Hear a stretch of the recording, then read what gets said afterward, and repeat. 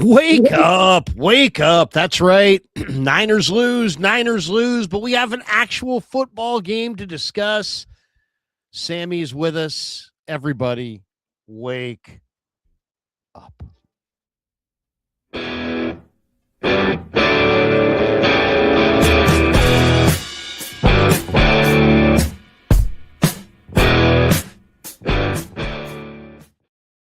Oh, wake up indeed. It is good to have you. Look, that was hardly the 49ers last night, so I don't think the 49ers lost. A team wearing 49ers uniforms lost to the Tennessee Titans, but some individual performances absolutely stood out, and it's great to have everyone here. Look at Sam Betesh. Look at Larry Krueger.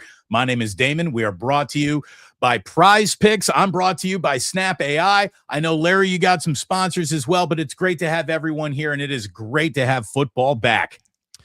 Yes, of course, the Krueger Show always brought to you by Pig and a Pickle. The best barbecue in all of Northern California is Pig and a Pickle. Check them out. Emeryville, Corte Madera, soon to open in Petaluma. Thank you to Prize Picks as well for being a proud sponsor of the Krueger Show and the Plus. And they've got a brand new offer right now, and you can use code HMA. If you win your first $5 deal, you'll get $150 in free money. So check that out. Code HMA, the link's in the description. And also thank you to Novato Chevrolet. Whenever I buy a Chevrolet, I buy it from Novato Chevrolet. I'm driving a Traverse right now, courtesy of Novato Chevrolet. Well, look, anyone who traversed down to Levi's Stadium to see that game last night, you basically went because it was time to see what Dejon Stribling looked like. And he absolutely delivered. This guy stole the show last night. He did. What hands? I mean, that's just the first thing, the first impression. You see the size, you see the speed, you see the physicality, you see all the space that he eats up, and then you see those hands. This guy's not catching the ball with his body. He's got vice grips. He's got the diamond pattern above his helmet like he's Dwight Clark, for goodness sakes, in the end zone. I mean, he is making some harder than normal catches look very routine, like he's been doing this for years. And it's as good of a first impression I think we've seen from a 49ers wide receiver in his rookie debut as we've ever seen. I was very impressed by Dejon Stribling. We don't want to get too over our skis. It's only the Titans, but okay. That was good. No. It is absolutely our job today to be exactly this excited in this moment. It's okay. We're not 4 weeks from this moment talking about it. We are in the moment, hours after it happened, with the one guy that was on the field to take a look at. The Titans had a real defense out there. The Niners did not have a full complement on offense. This was the guy that stood out. You want something to rise to the top in that situation. The separation that he was creating off of very real cornerbacks with experience in this league, that's what you wanted to see. That is a man against boys moment where you have to understand, is this a professional player that we got ready to go at a position that is often not ready to go, Damon? That's the difference, right? So often receivers aren't ready for this moment out of the gate in the NFL. This guy showed it. And by the way, across the NFL, has there been another Dejon? This is a great name. There's been Deshaun, right? This is the first Dejon. I would say there's not been another Dejon with a Z. But, it is interesting. We always act. I heard an interview the other day where there was a Tennessee Titans beat writer who went on with Brian Murphy on KMBR, and Murph was like, asking him about, Carnell Tate. Paul Kahersky? No, it wasn't Paul Kahersky. It was a different guy, but he was asking about Carnell Tate, and he's like, well, yeah, I'm sure that Carnell Tate will have a better year than Dejon Stribling. And it's like, we act like it's like everything's known. Like every first round pick is better and will be better immediately than every second round pick. Who will be better than every third round pick, who will be better than and that's just not the way it works. It's just not the way it works. Carnell Tate might be a better fantasy guy on the surface because he looks like the number one receiver for Cam Ward, but Cam Ward might stink. And they won 3 games last year, and their offense, who knows? Their offense doesn't look very good, and got dominated in the joint practices. So this idea, is Carnell Tate a blue chipper? Is he, a guy that a lot of people think is going to step right off the Buckeyes practice field and right into the NFL and be a really good producer? Yeah, but you know what? It ain't necessarily the case, and people act like it's just like a absolute lock, and it's not. And I think this kid Stribling, what really hits me, guys, is just how serious he is. Like, I've seen guys bigger, faster, better hands. I mean, though he's fast, he's big, he's got huge hands, but it's the maturity. He's like one of these guys that's just, he's the son of a military man. He's not a diva. He's a workman, like, he is an all-day worker kind of a guy.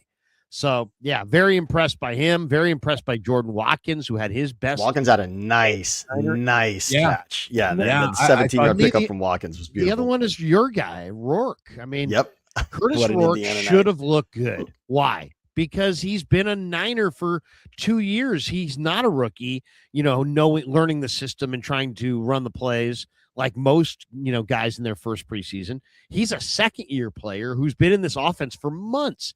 But man, the quiet feet, the wide base, the accuracy, the poise, the mobility that he actually showed on that one Larry, play. you just said great.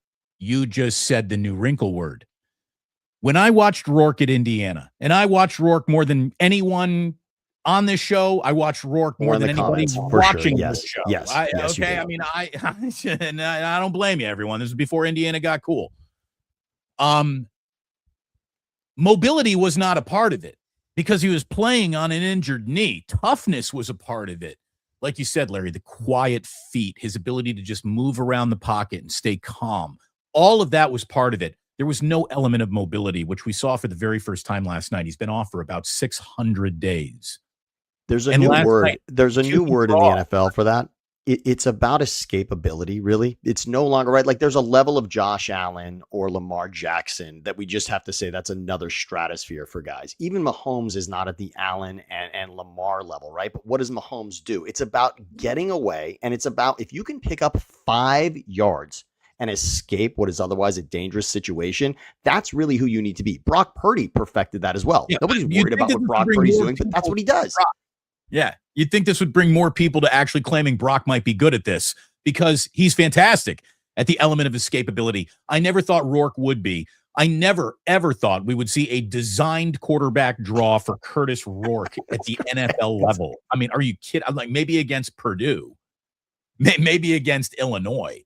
I think the word is comfort, really. It's were you surprised to see how comfortable things looked? I was right out of the gate. I thought there was a comfort to what was happening, especially when the game started, I didn't necessarily think to myself, first team defense, and then this mix of second and third team offense, which is really what it was. But immediately once that comes up in the broadcast 2 or 3 times, I'm thinking to myself, this is impressive. What I'm seeing here is supposed to be a bigger separation, especially when I keep seeing Saleh on the sideline for the Titans, right? That's solidifying in my mind. Okay, this defense is for real. This is a different team than last year. I don't know that the Titans are going to win 6 or 7 games, but you can tell what they're doing structurally is different. Well, and let's just say the Titans put their starting team on the football field last night. The 49ers didn't have their starters in the stadium last night, basically. Like that was an entire backup offense. Trent Williams was on the broadcast. Right. To the point you won't even know a single running back who touched a ball last night. It was the Niner 2s and 3s against the Titans 1s, which is why the Titans should probably be embarrassed this morning. Back to Rourke for 1 second. If you go look at his 5-year college career, right? He played, or 6-year college career, I should say. He played freshman year twice in the MAC for Ohio. Then he played his sophomore year in the MAC. He played his junior year in the MAC. He played his senior year in the MAC, and then he was a grad transfer, and he played his final year at Indiana. But Curtis Rourke, you look at him, and you're like, big guy, right? What is he, 6'4", 6'5", 6'6"? He's big. He had 74 rush attempts in 2021 for 327 yards. He had 74 rush attempts in 2022. He had 67 rush attempts at Ohio in 2023. Only 46 at the final year at Indiana. But as Damon already alluded to, the guy played the entire year with a torn ACL. So you know what? Maybe, even though he looks like a pocket passer only, maybe there's a little bit more mobility there. I'll say this. The one thing I love about Rourke is he's very smart. He's very serious. And I think playing behind Brock and Mac, who might be the best processing quarterbacks out there, or definitely among them, is a great thing for Martinez and for Rourke. But I thought it was a big, if I was giving, they should let me speak to these guys before the game, because I would motivate these guys. Because last night, you know what last night was about? It's about money. I looked it up. The NFL minimum for rookies is $855,000. The NFL solid. minimum for veterans is between 1.1 and 1.3 million. The practice squad minimum is $247,000 for rookies, $414,000 for veterans. And the minimum in the Canadian League, $70,000, and the minimum in the UFL, $64,000. And guess what? If you got to get a job, you're not making probably even that. So that's why these guys have such urgency, because it's like, you make the NFL team, you're borderline millionaire and you're headed towards great things. You make the practice squad, you're doing okay. You don't make the practice squad, and you're going to be poor in the Canadian League. That's a harsh reality. That you're difference, poor in the UFL, and you're going to be great point, Larry. If you're working at Krueger's. So there's a lot of urgency here. This is the job interview that never ends for these guys. Think about it, right? I mean, just to get invited to training camp, and then you think you've been through it when you've been through a job interview. Oh, I got to talk to this VP and this director, right? Think of what these guys got to do, right? They got to make it through training camp, which already is a disaster, right? We saw Romello on a cart during training camp, right? It's obviously not easy to get through training camp. And then these games are the job interviews where it's just the entire boardrooms there that you got to speak to. You got to put it on tape. And don't lump Martinez in with Rourke again for the rest of the show, Larry. You're not allowed to do that. All right. Well, no, I mean, they're on the same team, but I mean, Martinez.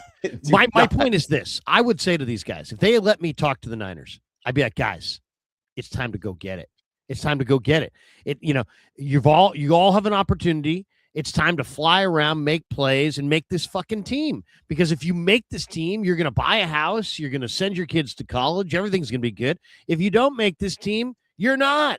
You're most likely not, or you're going to have to do it some other way. So I was so impressed. I mean, walk through that door, damn it.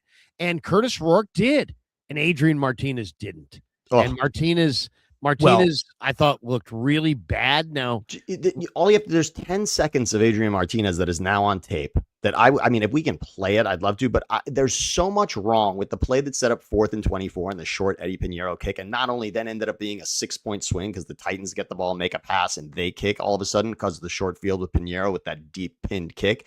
Martinez is in field goal range, scrambles out to his right, rolls and makes a play that we've seen it in this league. We've seen it from Mahomes. We've seen it from Favre. I'm sure we've seen it from other guys. I've seen Goff do some pretty ridiculous trick plays. I saw Josh Allen pull a ridiculous play with Amari Cooper against the Niners in the snow. I've seen guys at a certain level in this league make plays like this on the boundary. What Martinez does there, if he completes that underhanded pass, it's a ridiculously bad play and decision because he steps out of bounds. Because it's an interception, you're now hoping he steps out of bounds, but it's still that much of a loss that you're taking us outside of realistic Eddie P field goal range. It's such a bad play because of this decisions involved even before you flip the ball. Escaping the pocket when he did, I thought was too early. Getting yourself that close to the boundary was unnecessary at that point. Flipping the ball into play against your body towards the middle of the field is so inexcusable. There were 2 Titans who had a chance actually to intercept it. One of them does, and were saved by him stepping out of bounds, which also fucks the play up because now you're out of range. It's a bad play for a guy that's been in the league, that has been in a quarterback room, that has seen starts in this league. I'm sorry, that was it. Well, one more thing besides that, Sammy, he had a hard time all night dealing with the snap. He fumbled one, he juggled one. It was almost as if his eyes were in so many places at one time that he forgot to have his eyes on the snap. Yeah. He's like this. He was like surprised by the snap at least 3 times. I don't know how much Nugent might be responsible for that, because Nugent's hardly some seasoned vet who knows how to get it done at center, but good to see someone other than Brendel playing the position. It's over for Adrian Martinez. It's over. It's harsh, but you're right. It's harsh. Yeah, it's harsh, but you know what? You don't get forever. You know, the old saying, you only get one chance to make a first impression. That's what this was. He's never played in a game for the 49ers. So this was his first impression, of the fans' first impression. And he looked like he did not belong, period. Look, you cannot play that many practices under Kyle Shanahan and ever uncork the play that Sammy broke down and talked about. Yeah. You just cannot. That thing is wrong on so many levels.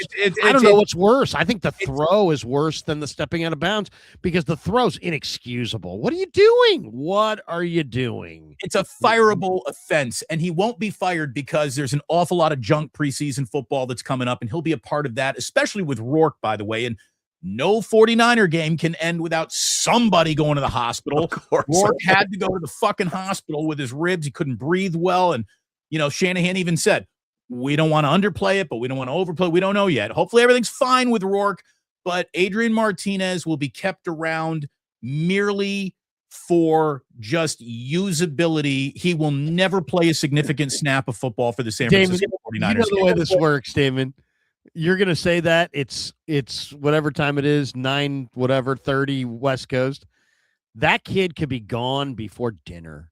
I think it's that bad. I would only keep him around to make Rourke feel better. I would only keep him there to make Rourke feel like he's firmly in that spot. That's the only reason I'd have him. They might go after another quarterback. And it's it's not like we pull Tanner Mordecai off. There it is. I love it. Yes, Larry. For you, we need Mordecai back for you. It's not that though. What might not be him, but it might be Jack Plummer, the former Cal Bear, who I believe is from Brock Purdy's hometown. I could see that. It could be Carter Bradley. Who knows? Who knows? But and this is not a big beat up Adrian Martinez. None of us, and none of the people watching were anticipating Adrian Martinez being awesome. I was hoping because he was in the UFL and he looked pretty good. He's pretty athletic and he's a nice kid. But beyond that, we don't need to talk about him, but we do need to talk about Rourke. Yeah, it was such a separation. I love that play and that moment. And the only reason we're doing it is to separate the two. And there's such a clear difference there. Yeah. And that was one of many bad plays. Martinez was scattered all night. He behind guys. He's high. He had guys wide open. He can't throw it to him. I mean, he just didn't look good. Let's talk Rourke for a second, though, because there's multiple thoughts on Rourke. There's the man, he looks good. We're keeping three quarterbacks, Brock and Mac and Curtis. Man, he looks good. We're keeping two quarterbacks, Brock and Curtis. Bye-bye, Mac. Man, he looks good. We're keeping two quarterbacks, Brock and Mac, and we're trading Curtis for a significant piece to our defense because we're in our window to win a championship. And those are your options. And the first one of we're keeping three quarterbacks seems to be like the safe one, right? I think most Niner fans today would be like, oh, we're keeping three quarterbacks. But you know what? It's a bad year for them to do that.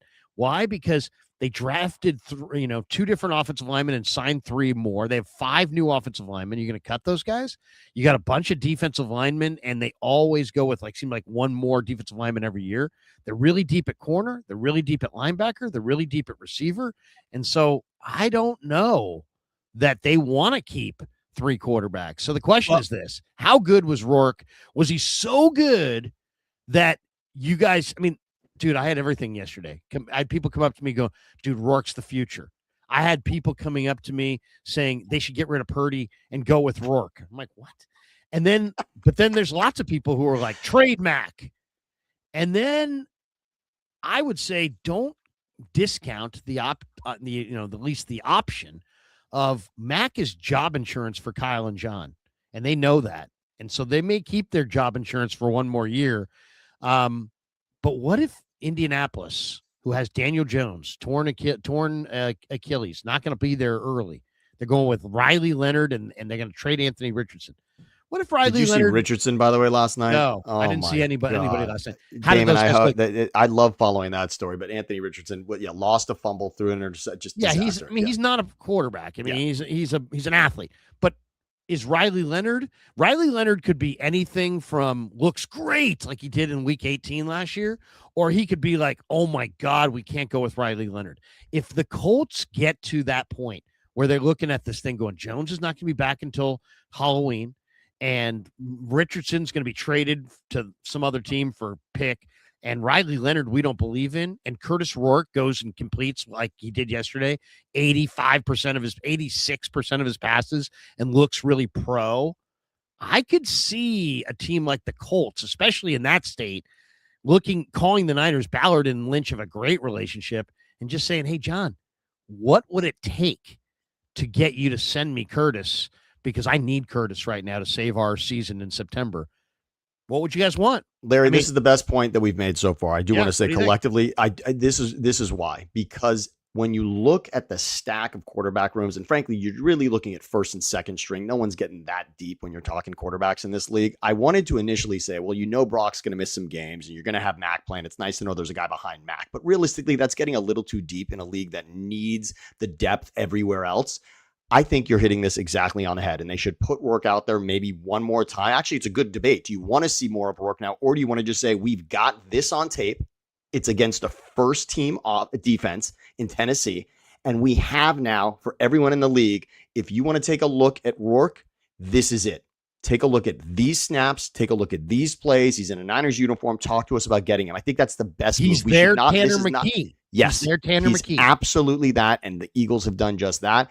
And guess what happened? And then when McKee started again, they took a little shine off of that. Think about that. So putting Rourke out there again is actually not smart. McKee, before he made the start last season against Washington, was considered this major commodity. And then all of a sudden it was like, well, maybe we got tape on him and now we don't know. And what you're seeing with Rourke out of that one game, it's all you need. That's all you need. I would say put him in a box and that's it. So maybe you keep Martinez just for that. Hold on. So we need to find out the severity of this rib injury.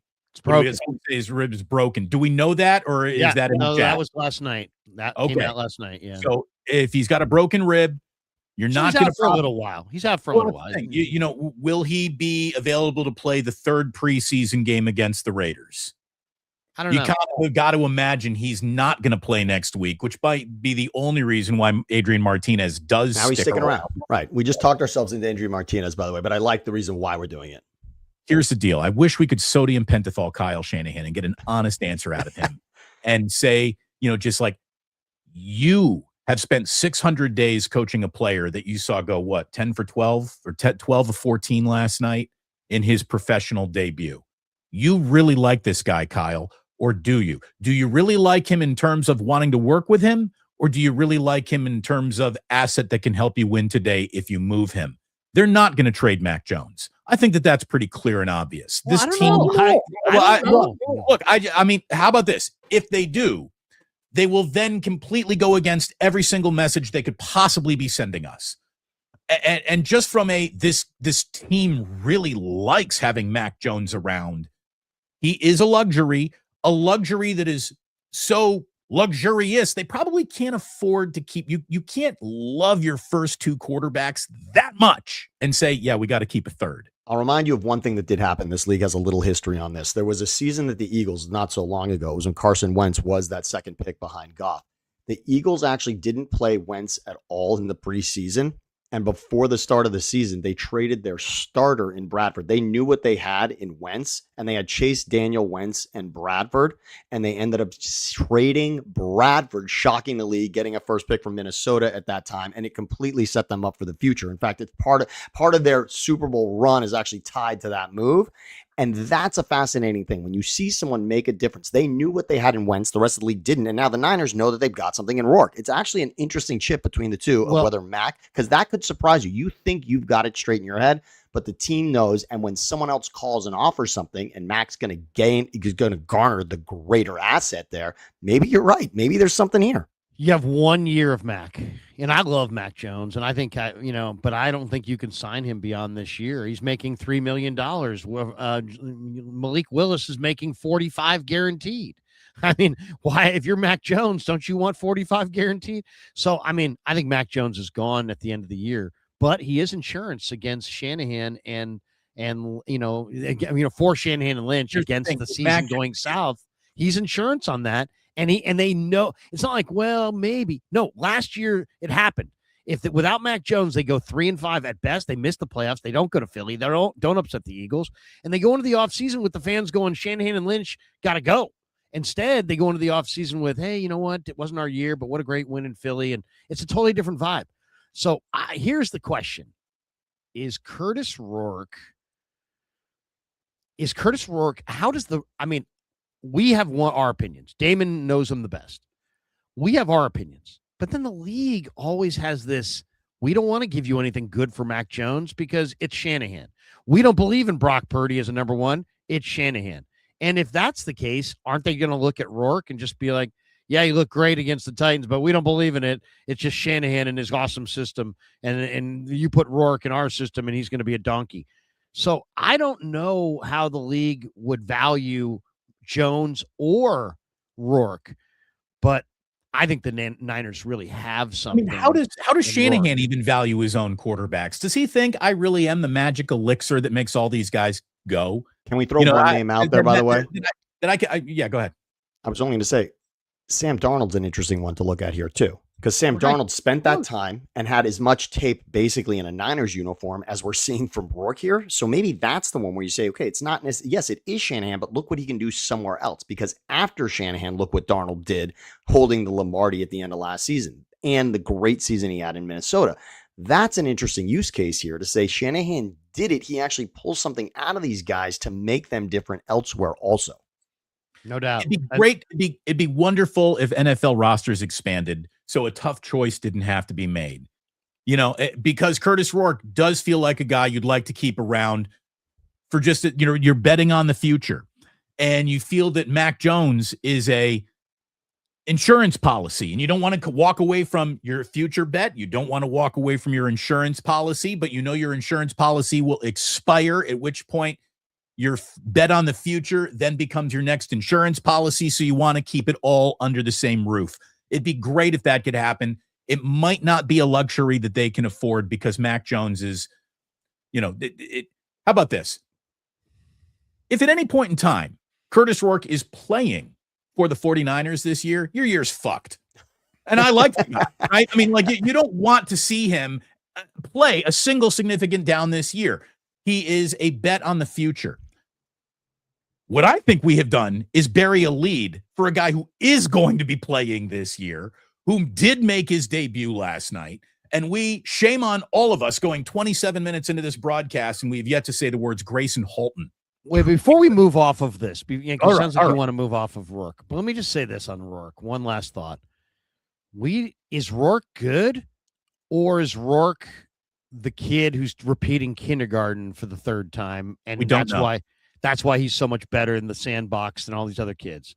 Because that's really what's happened, right? Because he wasn't a rookie. This is not a rookie. This is a guy that was in the offense for over a year. So he probably, and I made this point on a video and probably with you a couple times, he was going to look good this preseason, most likely, because he fucking knows the offense like the back of his hand, and he should be able to teach the offense, let alone play in it. And that's rare. Most of these rookie quarterbacks, like when Brock was a rookie, he told me I had a hard time just remembering the verbiage of these Shanahan plays as I was walking to the line of scrimmage.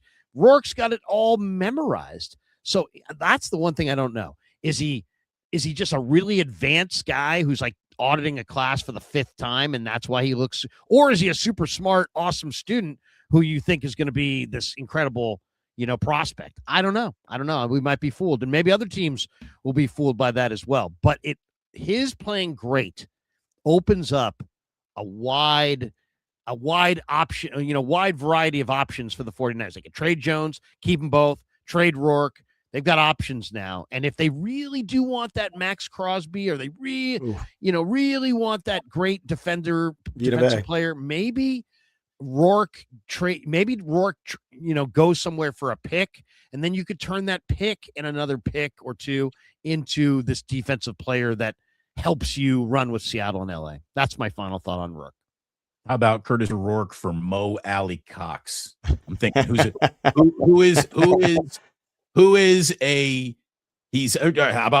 how about Curtis Rourke for Arden Key and how about this one? How about this? How about Curtis Rourke? How about Curtis Rourke and a third-round pick for Liatu Latu? Oh, well, now we're talking. Okay, now you're getting your rusher. You get the UCLA kid.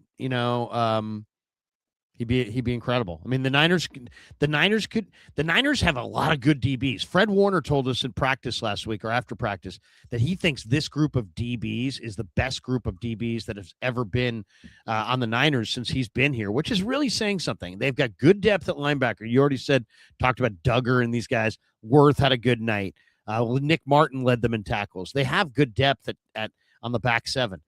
If they could get a little bit more pass rush. They're asking a lot of Bosa. They're asking off of 3 ACLs. They're asking a lot of Romello height. I'm still very concerned about that. If they could get one more pass rusher and they could turn Rourke into that pass rusher, that would be a really, really smart thing to do. It's a bigger area of need. The bottom line is we can move off the quarterback thing because this team does have quarterback figured out. Yeah. And now the only question is whether it could be Mack or Rourke. But that's it. Another guy, by the way, when you went into the secondary, another guy, I just want to say the play Prysock made as well was also really strong. Right? The one on the sideline. Yes. Season debut in the end zone. He might have pass interfered on that just a little, but But the length of the other wingspan there was impressive. Right. Yeah. Absolutely. It was. I was doing a live stream last night, and 4 or 5 people in the live stream were like, "Did I just see Merton Hanks again?" That was every bit of it. People are making that comparison. He is long. I talked to him in the locker room after the game, and he's a young kid. But you know what? He's very confident. He's close with Demo. They both have that Southern California roots. And he looked good. I thought there was a chance. And Damon, I brought it up to you a few times. This is the guy that might get cut, 4th round, because there is a lot of players there, and he is pretty raw. But man, the length and the ability that he showed to play tight coverage at this part, part of his development where he's really young, everything's kind of new to him. Great sign. I mean, in the red zone. I mean, that is a big play, and frankly, it was a well-designed play by Tennessee, also, right? I mean, that's a play that hits more often than not. That looked like it was going to be a completed touchdown. Yeah, a better thrown ball. That's a touchdown. And I'm just going to tell you right now. Here's an unfair question, but I'll ask it anyways. Given that we've seen a season plus last night out of Cam Ward, and we've only seen this much out of Curtis Rourke, who are you more interested in right now? I don't think Cam Ward I don't think Cam Ward's a good quarterback. I heard he's got a great work ethic. He's a great guy. He's all this. Dude, he's not good. There's not a ton there, and I think it's interesting because we're putting that on a scale. We're grading it on a scale. We're grading it on the Tennessee scale, and we'd like to say. And I think the Saleh thing, right? If you're considering Saleh, obviously we know what happened with the Jets. This is actually an interesting season for Saleh because of that. I really think this is going to be fascinating based on the fact that everyone's ready to say what happened with the Jets is just an anomaly because of what they do to everybody. But Cam Ward's got a chance now with Saleh. If we didn't like the coaching staff before, I didn't love anything from Cam last night. That did not instill joint practice, man. He was bad in the joint practice. Dude, the Titans got 4-13, 5-12 written all over them. They've been 3-14 in each of the last 2 years. I like this guy a lot at Miami, and I liked him before that when he was at Wazoo, and he obviously put up great numbers at the Incarnate Word, but and I do think there's some leadership ability here, but he seems like he is a ways away. Their offense, Damon, the way they look, the way he took time. I'm watching, during the joint practices, they had offense on one side, defense on the other side, right? Offense against defense here, offense against defense there. So I put myself right in the middle and I'm watching the plays back and forth. Dude, the Niners offense ran like 12 more plays. Why? Because they get up on the line of scrimmage, they call the play, and they run the play. Cam gets up on the line of scrimmage and he's surveying the field, and it's like it's not exactly Peyton Manning out there like dialing everything up. No, think about this. The most impressive plays the Titans made offensively was Spears bouncing off the pile, which we can really blame on Nick Martin, probably on the missed tackle, right? Yeah, the roll off the pile. Exactly. That was ridiculous. And the second biggest play is the 3rd and 10 tight end screen, which I'll admit, like, that was set up well, but that's not all on your quarterback, right? Your quarterback's dumping it to the tight end for a tunnel screen at that point, and it's then all about the yak. And those were really their biggest plays. Those were the most impressive plays for the Titans on offense. So nothing that Cam did last night stood out in any way. And frankly, there was part of me that thought Trubisky was put in tougher spots to actually make something happen with the offense. Look, the Titans their entire season is going to be a story about success in the vacuum of individual players that you identify to go forward with as Saleh gets 3 years to put this together. It's the opposite of the movie. The movie was Remember the Titans. This year is going to be about, you can forget about the Titans. It don't even think about the Titans. That's the sequel. The Clash of the Titans. You know what I mean? It's like, yeah, it's going to be a long year in Tennessee. There is no doubt about it. Again, we are now 35 minutes into the show. I want to talk about Grayson Holton, and I want to do it right now because one of the success stories on the Titans is how good Peter Skoronski is. Peter Skoronski just signed a 4-year, $100 million contract extension. He's making $28 million a year playing guard. He's one of the highest paid guards in football. And Grayson Holton ran through his fucking face mask 3 plays in a row. And just, I mean, if you wanted to honestly say who had the singular most impressive reps of the night, the only person who could say, Stribling, it ain't you, it's me, is Grayson Holton. Grayson Holton he put a few flash plays on tape that make me go, you know, if the Tampa Bay Buccaneers aren't trading via Veda, that's all right. That's maybe because this kid played that kid. I saw some good snaps and pressure out of Sebastian Valdez last night. I liked what he did, but man, I talked to him in the locker room after the game too. He had 5 tackles, 4 solo at TFL. Seabass was doing his thing. I like some of the young defenders on this team, even as they make their mistakes. I like Nick Martin. I thought that Duggar flashed last night on a few plays. Larry, a player that I really wasn't aware of until we were talking about him a couple times. And you know, when I was down there in training camp, he didn't stand out to me. You were there for another day. He stood out to you. James Thompson Jr. Who are you, dude? Because you're picking NFL players up and moving them. You might be the strongest cat on the field. So that was impressive, I thought, last night. There are flashes of interesting young football players on the San Francisco 49ers that I have yet to see collectively flash, I think, in any preseason game of the entire Shanahan era. I know that they lost to the Titans last night. Who gives a shit? No, come on. You got to take the first half for what it is. And I hated the way the first half ended. But you're right. And the Grayson Holton thing, think about this on paper. One of those is wiped out by a defensive penalty also. Maybe his most impressive play of the night. Right? Yeah. Here's a little something I think we should watch on Grayson Holton. This is Baldy's breakdown. Anytime Baldy's, if you get Baldy's attention, man, you've made, here we go. Baldy on Holton. Holton's playing right to defensive tackle. Easton's at the left defensive tackle. Look at the quickness here, but listen to Baldy's break. Oh, wait a second. Better put the volume up. There we go. One more time. Had 3 picks in the 4th round. The first pick in the 4th round was Grayson Holton. He played half the snaps last night. He recognizes the choke block right here, plays over the top of it, gets off the block, and makes the tackle. He was explosive right out of his shoes last night. You watch him right here, and here you go. Like he sees the double. All right, now get off the block. All right, don't refuse to stay blocked, and then be violent with the tackle. He showed up a lot last night. Here he is. Like just explodes out of this stance. Like here he comes. This is what you want to see. Like you watch this move right here into the guard. All right, recognize the play. Here he is. That's how you stop the run. All right, you refuse to stay blocked. One more play right here from Grayson Holton. You just got to love this right here. This is a rep on Skoronski. All right, feels the double team right here. Now don't stay blocked. Stay square. Get off the block and get in on the tackle. I thought Grayson Holton last night, half the snaps, showed up, showed out. OU DNA, baby. I love Baldy. Baldy, little bit, by the way, I hate to throw this on Grayson Holton, but a little there's a touch of Jordan Davis in that I'm, as far as getting guys off of me, recognizing who's got the ball and getting it to the ground. There's a little of that. I mean, Jordan Davis is a bigger dude, but that's what the Eagles have in Jordan Davis, and you're hoping to get a fraction of that out of Grayson Holton where you drafted him, but those instincts are there. That instinct for the ball, especially when Spears had a really nice night. Spears had a very, very comfortable night. The other day, we had to sit down with the coaches, right? We had a chance to, talk to the coaches for like an hour. And Chris, the best one, I parked myself at Chris Sarah because he's just got so many good things to say. And when Halton's name came up, he's like, man, this guy's quick. He's got lower body quickness. And then he goes, but you know what's the greatest thing about this kid? I'm like, what? He's like, He's got unbelievable football desire. He loves to play the game. He lives to make plays. And guys, that's really it. I mean, come on.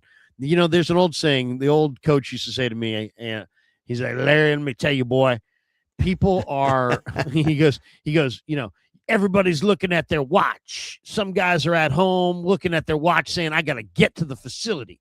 Other guys are at the facility looking at their watch saying, I got to get the fuck home. And he's like, you got to have a team full of guys who want to get to the facility and want to be at that facility. And that really is it, dude. I mean, we've all done this, right? We've worked at radio stations. We've worked in business. We see guys, some guys like they're there all day and they're there to work and they want, other people are like, man, I'm going to do the minimum and I'm going to tuck tail and I'm going to get the fuck out of here. And it's like, you know what? They might be talented even, but the guys who want to work and who love it, who are like, man, I love football. I love watching film. I love talking to Krueger. I love working on my angles and lifting the weights and all this crap that goes into being a good football player. That's what matters. The process of pro football matters. Always there, guys. Always. What time do they get? Are you going to embrace it? I don't know. They're always here. You know, are you going to embrace it, or are you going to just do the minimum and just do what you got to do for the check? It's like in Halton, and I don't know this, and we don't meet these guys, right? That's one thing in the draft process. We never meet anybody. We never talk to anybody. We don't know what they're about. We don't know. So some guy might walk in, and they're just good because they're good, but they don't really like it. And then there's other guys who are like, man, I live to be good. Well, guess what? Over the course of a day, a week, a month, a year, the guy who lives for it is going to be better than the guy who's just talented. This is what they said they knew about Stribling that we didn't know. Right. Well, I mean, what they're saying, how many people, guys, Kalon Black that we don't know? We didn't. I don't think the three of us did it, but there were a lot of people who were absolutely crushing Lynch for the Stribling and Black picks. Those are going to wind up being great picks. Watch. No, have you noticed that you haven't heard? I mean, there were, I know for a fact, because I read these tweets. This is the biggest reach in the history of, you know, where are those tweets now? I bet you those things are deleted. I bet the people are, you know what? I think I'll delete that. Look, we all know that Ty Simpson is the biggest reach in the history of professional football. Anyway, look, everyone hit like and subscribe. Do it for all three channels if you would, please. It's great to have you here. This is Wake Up. We're going to be coming to you on Mondays and Fridays throughout the NFL season, which begins for the 49ers in 27 days. We are kicking off in Australia.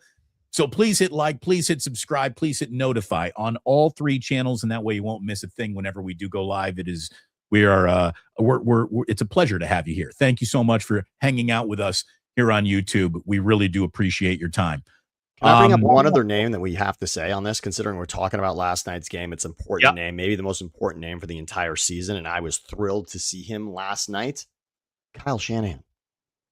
Kyle Shanahan, even though he looks like he's in a Halloween costume with the mustache and with the glove that he's got to wear. But realistically, will the mustache reach Australia? Is this a preseason mustache, or are we setting the tone with this mustache for the regular season? It's a great new look, right? It kind of looks like the Groucho Marx, where he's like Bobby Valentine in the dugout disguising something. But seeing him on the sideline, considering there were questions about whether or not he'd be on the sideline in Australia to begin with, for him to say, fuck everything, I'm going to be there for this first preseason game, when you know he doesn't, or he could at very least be up in the booth, right?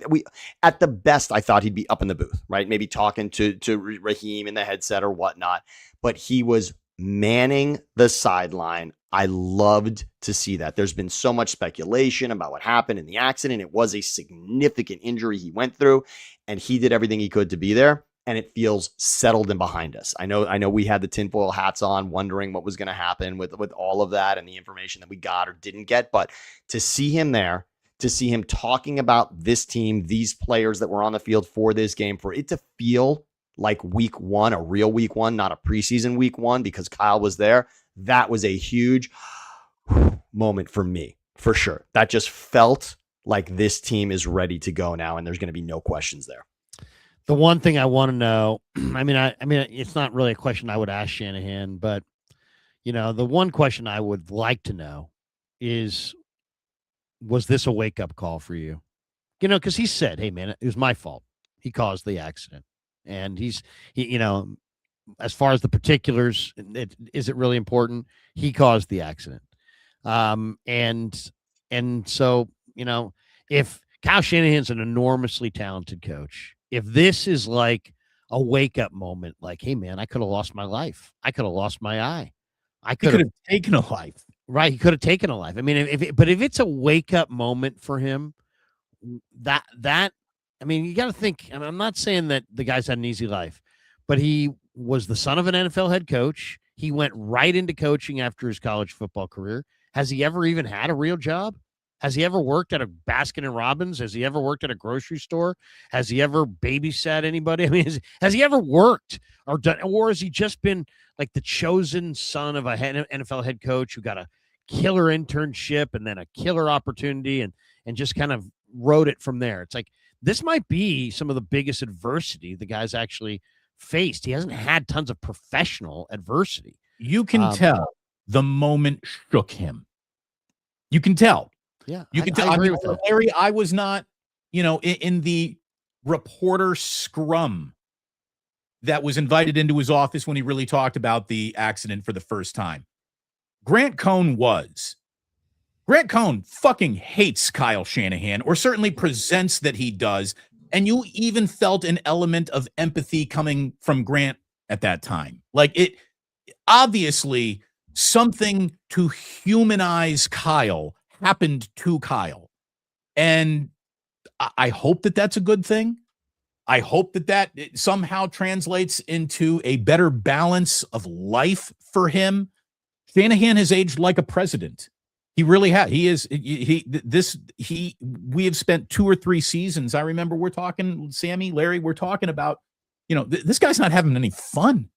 It's clear that this guy's not enjoying any of this anymore.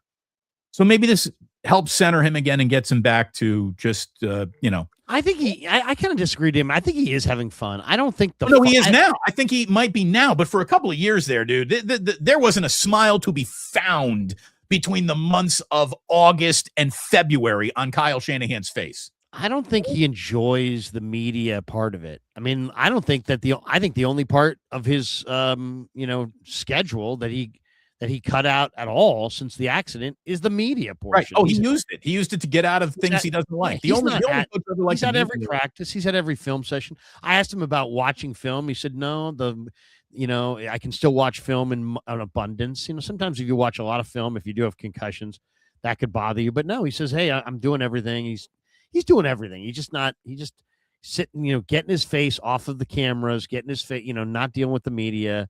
But I'm eager to see if like this is the kind of, heck, we all have these moments in life, right?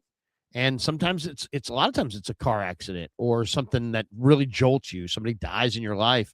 Something tragic happens. Some moment happens in your life where something terrible happens. And all of a sudden you're like, hey, you know what? I became more focused from that point on, and was it my greatest moment? No, but you know what? I needed it because I was kind of drifting, or I wasn't as focused, or I didn't have my priorities in order. Or I did, you know what I mean? Whatever. It's about growing up. It's about life. We're all products of our own experiences. So we have these experiences, and then we either ignore them or we grow from them. And if this guy can grow from this whole experience, maybe this is their year. Hey, they have a lot of great players here. At one point, before you go on here, a lot of people have been talking about, this Niner season, it's about Evans and CMC, Kittle, and Bosa. I think what this first couple weeks of camp and this game has shown us last night, it's not about those guys. It's about the guys behind those guys. And if the Niners can have some pass rush in addition to Bosa, if the Niners can have some good running backs in addition to CMC, the Niners could have some good receivers in addition to Mike Evans. You know what I mean? That's what's going to win them the Super Bowl. If the rest of the roster grows up behind their superstars and they're not so beholden to a group of guys that are 30 to 33. And ass kicking keeps you honest. And again, Kyle, to your point, you're so right, Damon. Yeah, and to your point, are you talking about a football ass kicking, or are you talking about a life ass kicking? A life ass kicking. A life ass kicking. Yes, ass kicking. That was a life ass kicking. Yes, and to what Larry said earlier about him not really loving this part of it, being at a game where you have to talk to the media the way that he does last night, as if it's a real game with a real scrum, etc. He had to go through those motions. He had to decide to do that, and he committed to that. I love that he decided, I'm going to be there. That's a decision. He didn't have to be. He had every excuse in the world not to be there. It was a real moment of strength for this team to have him on the sideline.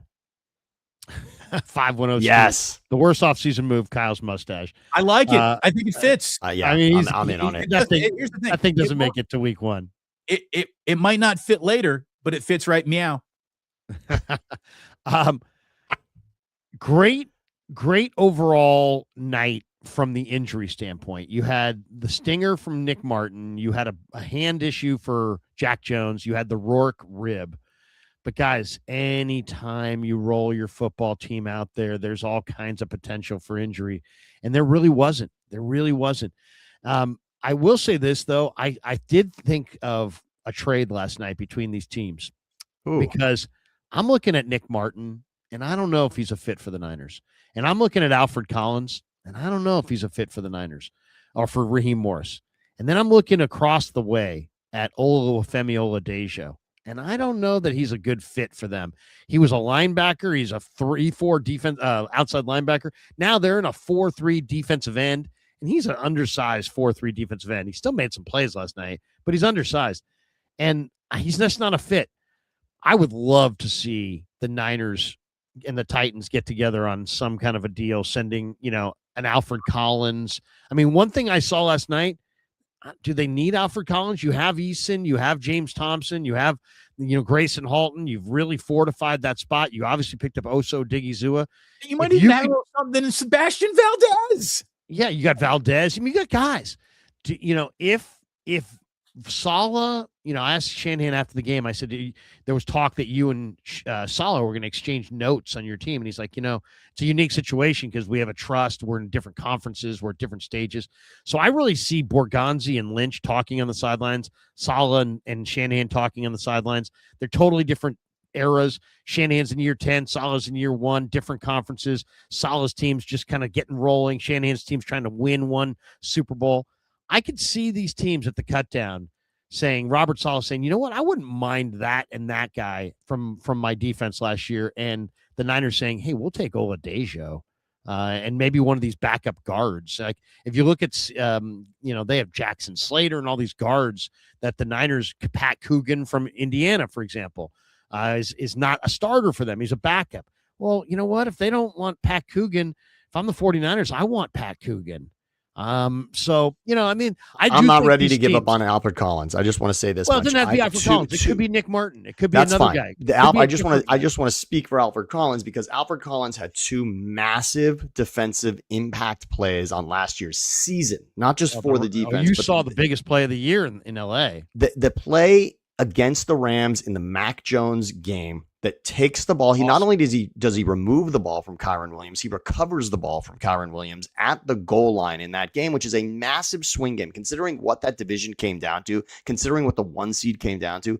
Alfred Collins made the biggest play, and I would say he made more of a splash than Michael Williams last season. Alfred Collins stood out more on tape during season 1 than that anyone else in that rookie class. That's how I saw it.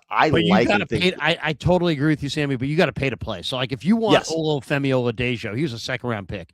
You're going to have to give up your own 2nd round picks. And they say of all trades, if a trade's a good trade, there's a little bit of pain. And so trading Collins there would be some pain involved there because he's a big kid and he's smart and he's aggressive. He had a really good offseason. They're expecting him to take that step forward, but you got CJ West sitting right there. And you got other guys. I know that it's a little fashionable to say what Nick Martin might not do and he misses tackle. Nick Martin makes the kind of mistakes though that I can live with as a coach. I can too. He makes 100-mile-an-hour mistakes.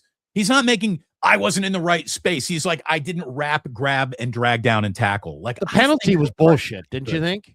Yeah, I did, and it wasn't a bullshit penalty type of game either, but that one did stand out as, come on, really? There were a couple. The Robert Jones penalty I thought was bogus, and I thought the Nick Martin penalty, what do you want him to do? I mean, it's a bang-bang play. We're now in a period, guys, where the officials are literally officiating the contact. So guys like Greenlaw and Martin and these guys that hit like trucks, and you think of the biggest hitters ever, Ronnie Lott. Ronnie Lott would get tons of penalties right now. Why? Because Ronnie Lott couldn't afford to play in the modern NFL. Right, he would be fined more than his paycheck. A lot of times, though, every hit would draw a penalty because they're officiating the violence of the contact, not about the strike zone, not about was it here, none of that. It's like how two bodies collide. If the impact of two bodies colliding is that second guy who gets hit just goes flying, there's a flag. I mean, did you see how many flags threw when Nick Martin hit that guy? I saw 3 flags. But in the preseason, a lot of times they're cleaning up what it's going to be for the regular season. I like when I see the officials getting together, working things out, throwing a lot of flags to see what the reaction is going to be. They're using the preseason to measure what it's going to be in the regular season. I'm okay with it. Fuck it up now if you're going to get it right week 1. I'd much rather see that. I'm okay with a little of that now. I just don't want to be complaining about it in week 1. Another guy I wanted to ask you guys about, especially when we went down the line of trading and what you have in the defense, and really the only guy from a starting standpoint, Romello Height, is really interesting to me here. And the fact that he was put out there last night says something about where they think they are with him, right? I mean, there is a little bit of respect with who you have on the field and who you don't within the preseason. Romello's out there for a reason. They're thinking that they haven't maybe seen enough. And there were moments where I saw something in Romello Height. I didn't love the penalty per se, but then again, I like the effort on the play that resulted in the penalty. So I just wanted to see where you guys were at with that, because there's a lot of saying like we don't really know yet, but I thought there was something on tape there with Romello, and I just wanted to see what you guys had on it. What are you asking? Go back. Romello Height. What did you like? What did you get out of Romello? See what you saw. I didn't see much of anything out of Romello Height. I saw him actually get pushed around a little bit. I saw him look light in his pants. He needs more sand in his pants to play on the line of scrimmage in this league. And that's why he's out there. That's why he's out there. And when you have most of the starters are off the field, Romello's in there. He's not an every down player. He's a pass rush specialist, and that's what he's going to be. I think he could potentially be a good pass rush specialist, but I want to give him some time because it's a kind of a new defense for him. He's got a lot of talent. They need him. I think what he brings to the table is gonna help. But yeah, I didn't get a lot from him last night. And that's the beauty that's the thing about the preseason. And for rookie years, you don't know. Some guys are really good right away, like Stribling, and Kalon Black. Some guys are really, really good, but it doesn't happen until like year 2 or halfway through year 1. It's hard to make an impactful first game impression on the line of scrimmage, which again, Grayson Holton. Nice job last night. We have to do our ads here. Let's do this. Larry, as you're getting prize picks ready to show what we want, let me just say the left guard spot last night, the 49ers should have made the subject of left guard more of a priority in the offseason. And here we are. And I didn't think that Robert Jones nor Connor Colby really played particularly well last night. And I would not be surprised if you're like, Damon, what's your big what's your prediction? What's your big prediction? He won't start the year at left guard, but I do think that eventually Carver Willis takes over left guard. I don't know if Connor Colby or Robert Jones have what it takes to be I won the job, it's my job, someone's going to have to take it from me level of talent out there. I think there's going to be a lot of shuffling at left guard this year, which doesn't bode well for the Niners running game or offensive line in general. Now, maybe they play above expectation, but they got a problem at left guard. Well, it's left guard. So there's a lot of options out there to replace guys. I mean, heck, the Titans have options of guys that they could cut. We just mentioned. I didn't like Robert Jones. I mean, he's coming off a terrible injury. He's kind of got a bad body. I'm not a, I don't know a lot, but I know a lot about bad bodies, and that's a bad body. And I think the better. I agree with you, Damon. I think Carver Willis. I think I asked Shanahan the other day, is it a 2-horse race? And he's like, no, it's early on. It's early, and we got to see how these guys play. And he's way open-minded to the whole thing. Carver Willis's job by week 10. Here's my read on it. Okay, I don't know what the Niners gave Jones, but they gave him something. And there was an article the other day from Matt Barrow saying, hey, Connor Colby's running away with this left guard job. I think that the Niners are there's just enough nervous nillies in that bean counting side of the building where when they sign a free agent and they give $1 million of Jed's money or whatever, they don't want it. They want to make sure that wasn't a wasted transaction, even though it doesn't really matter in the grand scheme of things. I don't think they like wasting that money. So immediately they're like, oh no, Robert Jones is in there. And I just think that they want this to be like, oh no, these guys, it's neck and neck and this and that. But I really think that Carver Willis is big, athletic, and he puts defensive players on their butt. I think they would like him to play guard and then maybe slide over to center for Brendel and maybe then throw Colby at left guard. But I also kind of think there's a chance that none of these guys are the guy, and they may have to go outside the building. The good news is, Larry, maybe Laken Tomlinson. If you want Laken Tomlinson, he's healthy now. If you want Zeitler, he's healthy now. There's some options out there. And then there's Jones. Well, no, Larry, Robert Jones. Daniel Brunskill, another guy they familiar with. I can see Robert Jones, 1 year, $1.75 million. That's a contract that is easy to walk away from. You don't even explain it. You don't even think about it. You don't walk. You just that's no. But I mean, even if they're yeah, but see, here's the thing: if it's $1 million of guaranteed money, and it probably is. I mean, you would have to look into it, but I don't see what the exact. It's 164 in guarantee. It's 1.64. Did you say 1.64 guaranteed? Yes. Well, there you go. There you go. They're not going to want to spend $1.64 million guaranteed of Jed's money and basically say that the guy that they spend on never had a chance. So I'm not saying they're playing games. I think they need to do a couple things. Shanahan made the point yesterday. If Connor Colby's going to be the starter, then fine, he's the starter. But if he's not the starter, you got to find out the backup has to be able to play left guard and right guard and center. And since he's played all left guard and he played left guard at Iowa, I think they could be kind of cross-training him at center and even at right guard, just because if he's going to be on the team as the backup, he's got to be the right guard. Wear a lot of hats. Yeah, I mean, this is the spot where you get those reps for him. So I'm not saying it's much ado about nothing, but I think Connor Colby, to me, I'm just going to let my eyes tell me. Enough of like, hey, I heard this guy say. Screw all that. My eyes tell me that Connor Colby's better than Robert Jones and that Carver Willis might be better than both. Well, speaking of seeing with your eyes, one other thing on the offensive line that was interesting to me last night. What did you think of Austin Pleasance, who, again, he's certainly a mountain of a man. But what did you see from him? I mean, I know he can be a depth piece for them, right? I mean, he'll be rotational, but does he look significant in that spot for them? It feels to me like somebody who's going to make an impact. Well, I don't even know if he makes it because, the last year they kept 3 tackles and they have McKivitz and Trent and they signed Vidarian Lowe. And so there's this guy and he would be the 4th tackle. I mean, do they think to the same point even kick in and play guard? I don't know. Well, Vidarian Lowe has played guard, but I mean, Austin Pleasance, by the way, has played guard this summer. So he's played guard because he's trying to show that he can be one of the backup guys. So I think that the interesting thing to me is that coming into the camp, I thought Austin Pleasance had a very remote chance to make the team because they really like this kid, Enrique Cruz. But Cruz is so damn raw that there's no doubt you could cut Cruz and sign him to the practice squad because he's really, really not ready to play. Nobody's going to, even though he's got great traits, nobody's going to sign Cruz because he's just so raw. Download Prize Picks, America's #1 sports app. Yep. It's daily fantasy. It's easy to use. It's incredibly simple. You pick more or less. You build your lineup. And again, use code HMA. You play $5 and you win that first time as a new user. You'll get 150 just instantly credited to your account in bonus cash. So Prize Picks is the way to do it. What do we got cooked up here? We got a 3-pick power play. We have a $5 wager. If we go 3 for 3, it pays us $21.25. It's NFL futures. Puka Nacua looks like he, may have some issues this year. 8 receiving touchdowns. It's a big number. We'll say go less.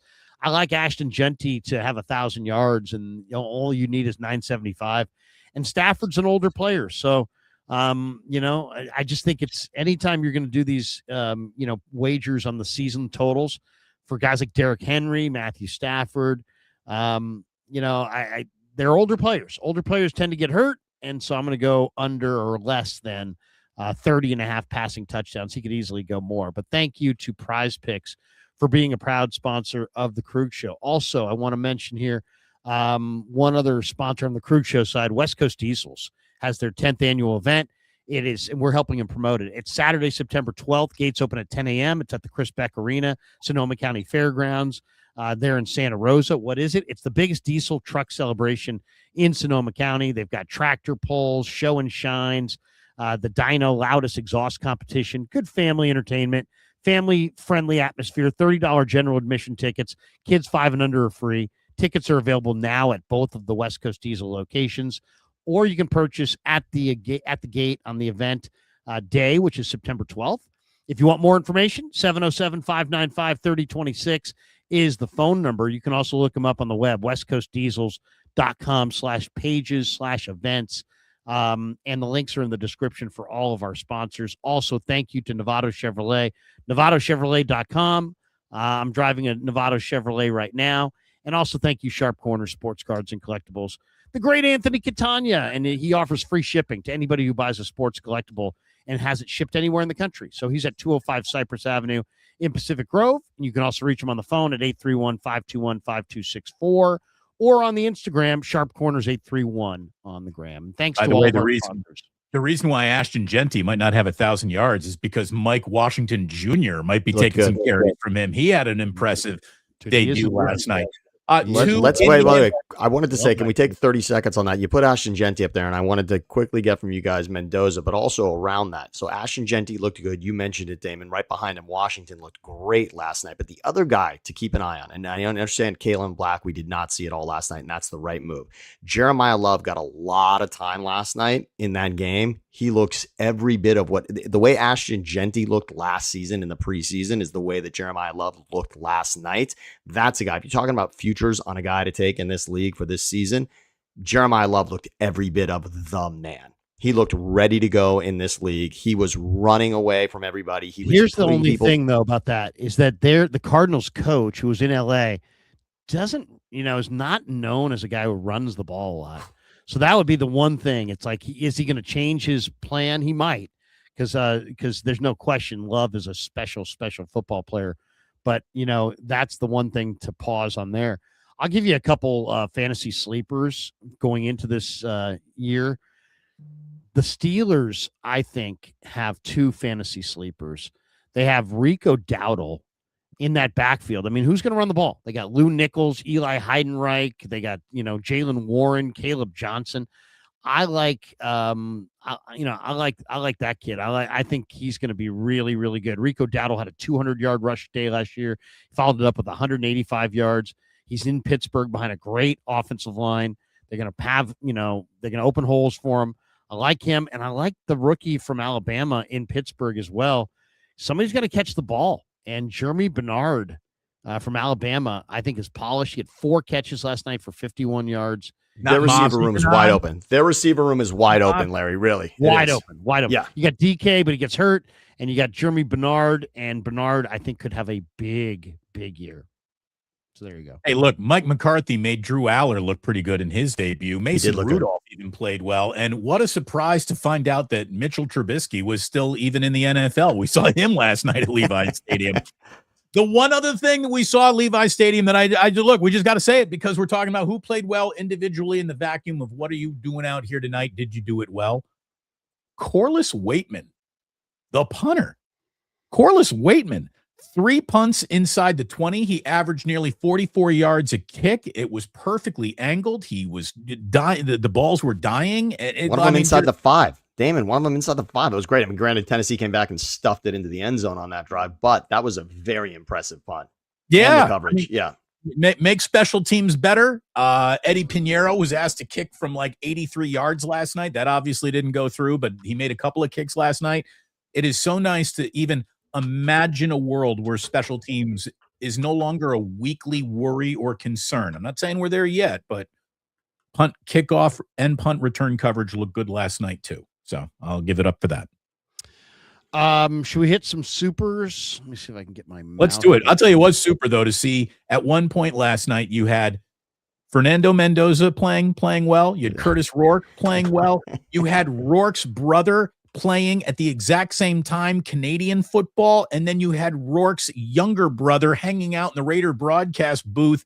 It was a Rourke family tree experience with a little Mendoza, Indiana everywhere, football everywhere. And Max looked like a little Justin Bieber. I looked up and thought it was Bieber in the booth when they had Max Mendoza there. He was a pretty cool kid. There's a pretty cool customer in there. I was impressed with that. All right, let's hit our supers here. Tom Brady gassing up his jacket before the game. He looked like he was wearing a jacket. Joseph Ernberg says, first time at Levi's last night, and it's awful. Okay, there you go. Derek Holman, 440 joules equals Unk Alert. There we go. Got this one. Dale, make it rain in the Strib Club. Did you see so the one thing that was agreed upon in the chat last night during my live stream is that touchdowns from Dejan will be known as the Strib Club. The Strib Club is over. It's good. It's great. Yeah, something tells me that's not going to go over too well. Fanos says 200 joules equals well, not necessarily mom and dad. I don't mind them, but I'm not the audience. Fanos says 200 joules equals Jamin. BVU says no telling if Curtis is durable like Mac is. Yeah, we don't know. Well, we know he played with. Well, actually, not so much, unfortunately. Well, he's not great. He doesn't have quick feet, but he does. He's don't tell me that kid ain't tough, dude. He played for a whole year with a torn ACL. I mean, Christ. There are guys that pull themselves out for 8-9 weeks for nothing. This guy played on the torn ACL for the whole year and led Indiana to the college football playoff on a torn ACL. He's plenty tough. He's a really nice kid too, by the way. I've interviewed him in the locker room. Really, really solid. He's Canadian. Yeah, I mean the Maple Missile. There you go. Chet says overall lots of potential out there for the second and third stringers. Maybe a first string for like 2-3 guys. Need ready to go backups. Yeah, there's no question. I think the Niners are going to prove themselves as a deep football team this year. I do. I agree. I think they're about to have a good season. BVU says Mac played hurt most of last year and took hits. Got his ass kicked in that Rams game. That's for damn sure. Fuji Simeon says, love the show. Larry, any further rebuttals for Shady McCoy's take that he ranks Antonio Brown over Jerry Rice? In context, McCoy ranks Jordan over LeBron. Well, he got one of those, right? Yeah. I mean, I loved his ridiculous, idiotic defense of it. Hey, man, why are people say no? Well, they say no because of his career. Oh, yeah. That's what we're talking about. Football careers. Yeah. Oh, and he said it twice, like he was like saying something truly wise. It's like, bro, you're a jackass. That was a ridiculous comment. And guess what? Never listen to people. There's lots of people out there asserting things. I can assert that I'm Mr. Universe. Doesn't mean I fucking am. Sam can assert that he's a Rhodes Scholar. Doesn't mean he is. Maybe. Damon can say that he played running back for Indiana, but doesn't mean proof would be film, right? Here it is. Here's the highlight of me playing. Shady McCoy, if you're going to say something that is controversial because you said it twice, like, whoa, putting your chest out, you're armed with nothing. You showed up to a fight with not even a butter knife. You're like, hey, man, I wish I had a butter knife. You showed up with nothing. No, he showed up with warm-up music into the ring. That's not a great one. And look, my brain is trained to love Shady McCoy. Obviously, what LaShawn did with the Eagles is pretty legendary. We can talk about on tape. LaShawn McCoy had one of the greatest running back careers in the history of Philadelphia football. Obviously, Saquon's had the greatest ever. Westbrook had some nice years there, etc. Deuce Staley. But what Shady McCoy's saying there, the only argument would be that there are a stretch of years where Antonio Brown dominated in the league. There are numbers when you talk about amount of catches and the volume he had at that point for a stretch that he wasn't able to sustain nearly as long as Jerry Rice. There's a moment in time where you can link them together for a stretch of maybe 3 seasons. But outside of that, for the Antonio Brown flame out, you can't, it's an impossible argument. You're right. And you know what? On that front, one more take that I forgot to throw out. Brady Anderson is a better player than Willie Mays. All right. Because he had that 1 year, and if he had just if you could just extrapolate that 1 year out for his whole career, then he's better than Mays. So there you go. This? If your what are we talking about? If your argument is any wide receiver was better at being a wide receiver than Jerry Rice, you're wrong. I know. Well, there's a list of the top 100 players, a great list of the top 100 players of all time that came out I've seen recently, and Jerry is still and remains on most number 2. Greatest football player ever. If you're going to make the argument that a receiver's better than Jerry Rice, I'd take 5 receivers before I took Antonio Brown. He's not even in the discussion, Shady. He's not in the discussion. Right. The discussion is Randy Moss, Jerry Rice, Terrell Owens. I don't think there's a discussion after that. If you want to go Lance Allworth or Calvin Johnson, but even Calvin Johnson, did he do it long enough? I mean, I don't know. I would say, to me, it's a 2-horse race. It's Jerry and Randy. And I think Randy had greater talent, but Jerry had the better career. Jerry had the better demeanor. Jerry had the better work ethic. Jerry had just, Randy was special. Yeah, very, very special. He's a phenomenal player and a great teammate in all regards too. But I saw with my own 2 eyes Randy Moss walk into the Oakland Raiders and just be like, man, I don't give a fuck anymore. Right. I don't give a fuck about it. You want me to block? The only aggression I'm going to show is I'm going to take on meter maids. I'll move meter maids out of the hole, but I'm not moving anybody. Randy Moss was a dog with fleas with the Raiders. He quit. He played totally unprofessional. It was a joke. And then he went to New England and decided to have, now I'll play hard. That's on him, and everybody saw it. Plus, he short-armed balls in the Super Bowl with the Niners. Just here's a rule of thumb. Don't compare anybody to Jerry Rice. All Jerry Rice did was set the tone for your entire franchise in perpetuity forever. That's what he did. That's Jerry Rice. Records that still stand today in a league that will never be touched. More pass happy than ever before. In a pass happy league, Jerry, dude, and that's I'll see kids on, just like 15-year-old kids be like, dude, Jerry Rice isn't even a top. Dude, shut up. It's like, dude, you're 9. Happy 9th birthday. Go to Farrell's. Fuji Simeon. Kyle did babysit McCaffrey when he was a baby. So I said he had no job. You're right. He had a job. He was McCaffrey. He did a little. He was the babysitter. But it was easy to. But McCaffrey was an NFL kid too, so it's easier to babysit a kid who's a rich kid than And by the way, when I hear babysitter, it makes me think of one of my favorite rappers, DaBaby. All right, Fuji Simeon. How was the media food last night, Larry, at Levi's? It was really good. They had some what's it called? Not pulled pork, but like pulled beef, like shredded beef. Barbacoa. Yes, they had those tacos. Oh my God, dude. Those tacos. Barbacoa is outstanding. Minimalist tacos. Yes. I love minimalist tacos. I don't like beans. I don't like rice, but you get me those minimalist street tacos, I'm all about it. Yeah, just a little cilantro, onion, hot sauce. Boom. Oh, dude, seriously. I mean, unbelievable. I could be Joey Chestnut. I just keep them coming. Fuji says, love the game day watch party, Damon. Looking forward to the regular season watch parties. Yeah, we had I think 3,000 people show up for that show last night. So really happy to have everyone. I only went to halftime. Watch parties are fun, though. Yeah, I did watch parties. People love watch parties. Thanks for tuning in. SF Indigo, 200 joules equals Jamin. Thank you. Fuji in the house.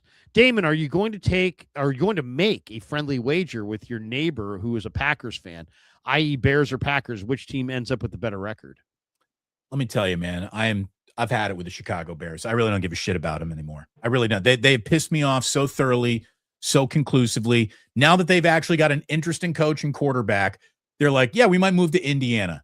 There's that also. Did you see what Ben Johnson said? Is it me? I don't know. Damon's really bleeding out there.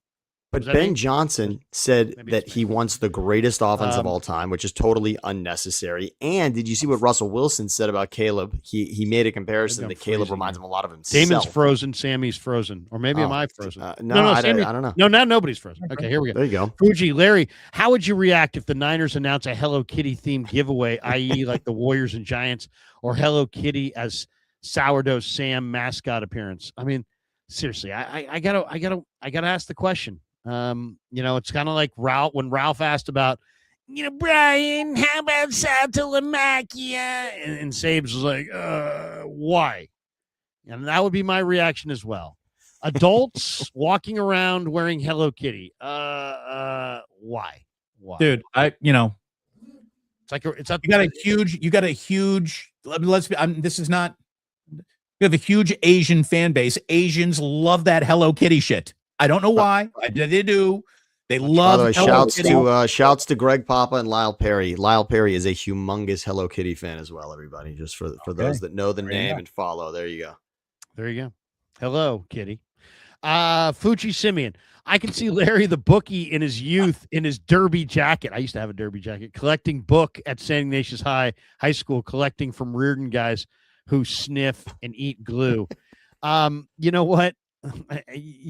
I may not have been the nicest kid of all time. I may have had some rough edges, but I wasn't a bookmaker in high school. My God. Carol and George raised a better person than that. Come on. I wasn't a book. My friend Rick Marino was running gold sheets in like the 5th grade, though. Did you notice how I emphasized high school? Yes. Okay.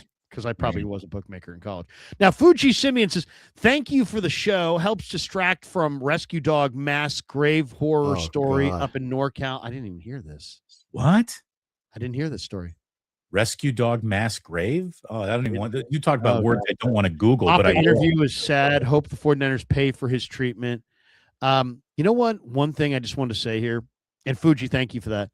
Yesterday, I had so many people come up to me. I mean, we're talking about 25 people at least over the course of the day come up to me and say, man, I love what you do. And I love all the streams. If you could share that with all the people that you stream with. And this one guy comes up to me. He's like, man, I lost my cable and I couldn't afford to pay cable anymore. And I was down about it. And my son-in-law said to me, Dad, you love the Niners. Just watch Krueger and Damon and all these guys. They do their YouTube show. You can watch it on your laptop. And he's like, I started watching your guys' shows and it brought me into a whole nother realm that I never even knew existed. This is what the guy's saying to me last night.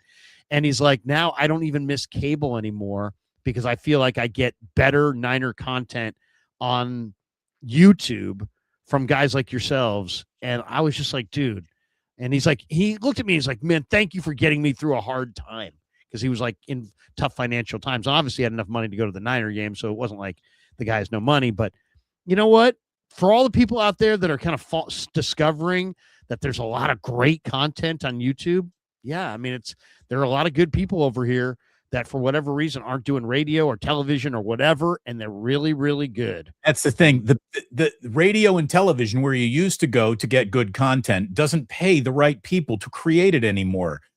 For the first time in human recorded history, there's a place for those people to go and still deliver the content. And that's why I'm so thankful for YouTube and TikTok and social media, even though it is the bane of our existence in many ways. It is the avenue that keeps us relevant and out there. And the guy's comment, Damon, was that it's more user-friendly. He's like, it's more user-friendly. I used to have to tune in and tune in at, a certain time. And he actually named you. He's like, I used to have to tune into Damon driving home at a certain time. Now I can just do what I need to do. And when I'm ready to sit down, press play when you need it. You guys are right there. Anyway, press play when it works for you. That's how I consume everything these days. When Jillian and I are watching a show, we press play when it works for us. After the kids are in bed, after the night is over, now we have time to do it. Thank God we're not, the show comes on at 8 p.m. and if you're not watching it, you're going to miss it. It was an eye-opener to me in my father's last year of life during the pandemic where I called my house and I talked to my mom and I'm like, hey, Mom, tell Dad the show starts at 2. And she's like, oh, he doesn't listen on the radio anymore. I'm like, what? I go, what do you mean? He is Mr. Radio. This guy had a transistor in his briefcase. And she's like, oh, no, he listens to the podcast. That's great. Then I was like, you know what? If my 83-year-old dad is listening to the podcast, the world has changed. And that we should all change with it. By the way, just before I forget, and I know that we're approaching the end here, love for Greg Papa. That is a heartbreaking interview that he did with Raj Mathai and his sister donating her bone marrow for everything he needed. I mean, that was just a gut-wrenching story. And Greg, you can just see it. He's been through so much. He looks so different than the guy we just saw at the Super Bowl, Larry, a couple months ago. Love to Greg Papa, man. Love to Greg Papa. What happened to him is a crying shame, and it's the state of the industry, and it's just all gross. Yeah, I mean, just all I would say to, we don't have, don't judge a story if you don't know the facts. And we don't have all the facts here. So just all I would say is it's a little bit more complicated story than just the way it appears. And that's all I'll say about it, really. It's not my job to go into that area. Greg, of course, knows that I love him like a brother. I've helped fill in for him while he's been out. Nobody can fill his shoes, but Greg, we do love you. And I can speak for Sammy and for Damon saying that. And their audience does as well. People are offering their well wishes at the stadium, Greg, and they're really eager to hear you back out there. And hopefully that can become a reality. And by the way, as we acknowledge that Greg Papa cannot be replaced, tip of the cap to Guy Haberman, who has stepped into a situation that would be hard for anyone to step into. And he's done it with an aplomb, and he's very good at what he does. And as sad as I am for Greg, I am happy for Guy. And I can tell you one of the things that makes Greg awesome is, in a strange way, he's also happy for Guy Haberman. I'm sure Guy's a great young dude. He's a great young dude. He's like you, Damon. He's got a baby. He's got, he's a good family man, and he's a solid dude. And all I would say to everybody, don't whatever discontent you have, do not take it out on Guy Haberman or John Lund, for that matter. Two guys that we both love and respect, and these guys are doing the best they can do. Fuji Simeon says, Larry, do you remember when Jerry Rice was drafted? Of course I do. It was Monday morning. That's when the draft was held. It was a conference call. My dad I was in high school, so I was sitting at the table. My dad was upstairs getting ready for work. And my dad's a big Niner fan, which is why I'm a big Niner fan, right? And he yelled from upstairs, "Hey, Lar, the Niners just drafted." And I yelled back to him, "Did they draft Jerry Rice?" Okay, this is an honest story. He yelled back to him, "Should have taken Tanner Mordecai." And he comes downstairs in his underwear, basically, and with his shaving cream on his face. And I'm totally amazed. Here I am. I'm 15 years old, right? He just said the Niners are drafting. There is no internet. I'm on the Bleacher Report app. None of these things would be a surprise if our kids said this, but right now. But for me to say that in 1985, he was floored because he knew they had just drafted Jerry Rice. So instead of just yelling, "Yeah, they drafted Jerry Rice," like it's no big deal, he comes downstairs and he's like, "How did you know they drafted Jerry Rice?" I go, "They drafted Jerry Rice?" He goes, "You know Jerry Rice?" I go, "Dad, remember Christmas morning? I get up every morning on Christmas morning and I would watch we're Christmas Eve family. So we would celebrate at night. My parents would sleep in on Christmas morning. I would get up because their blue-gray game used to be on at 8 a.m. on Christmas morning. And I watched that thing. I was 15, so I'm really into it. Jerry Rice dominated that game like nobody's business, like 3 touchdowns, 185 yards. It was unbelievable. And it was the only guy in the entire draft, guys, that I knew. It wasn't like I was a draftnik. I knew nobody. But I knew Jerry Rice. And he's like, "Yeah, they got Jerry Rice." And the legend of Rice was born. I had no idea that he was going to be that good, but wow. Or was the legend of Krueger born that day? I think the legend of Larry Krueger was born right in that moment. Yeah, could have been that as well. I got to run, but here we go. A couple last ones. Last night, one of the guys, my buddy Nick on the show, called John Dickinson John Dickman. And then we had a lot of laughs with that. I mean, he's like, "I agree with Dickman."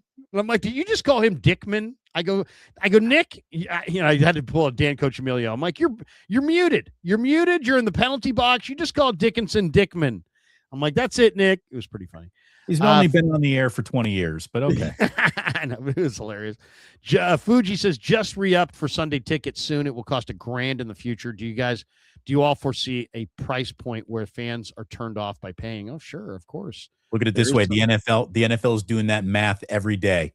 Every day they do that math, and they're going to find the single highest number they can, and they'll let 10% of their audience go, "Fuck fuck you, before they even charge less. So there'll be a point in time. There'll be a point in time where people can find what they need from these games for free. And we were just talking about the magic of YouTube, and I understand the games are paid through YouTube right now, but I could even see a world where that does become, there's going to be an underbelly, sort of a black market for all of this. Eventually, someone will figure that out. Guys, I got to jet because I got Chase Senior waiting for me for another stream. I'm going to do one more stream before I call it a day on a Friday. Sammy, great to see you, brother. Always love streaming with you. Damon, great to see you as well. Have a great Friday. Promote anything you guys want right here.